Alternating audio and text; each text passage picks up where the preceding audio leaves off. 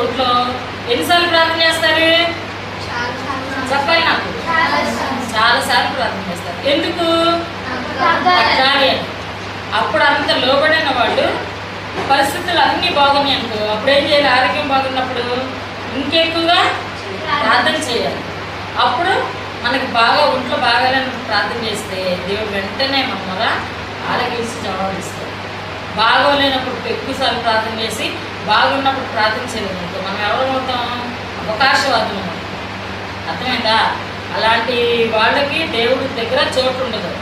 మనం ఎప్పుడు దేవుని సంబంధం, దేవుని పిల్లలు అని ఆలోచించి జీవించాలి. అబ్రాహాము విశ్వాసం గొప్పదేనా? గొప్పదేనా? ఎందువల్ల గొప్పదైంది చెప్పండి? అదే అబ్రాహాము విశ్వాసం ఎందుకు గొప్పదైంది?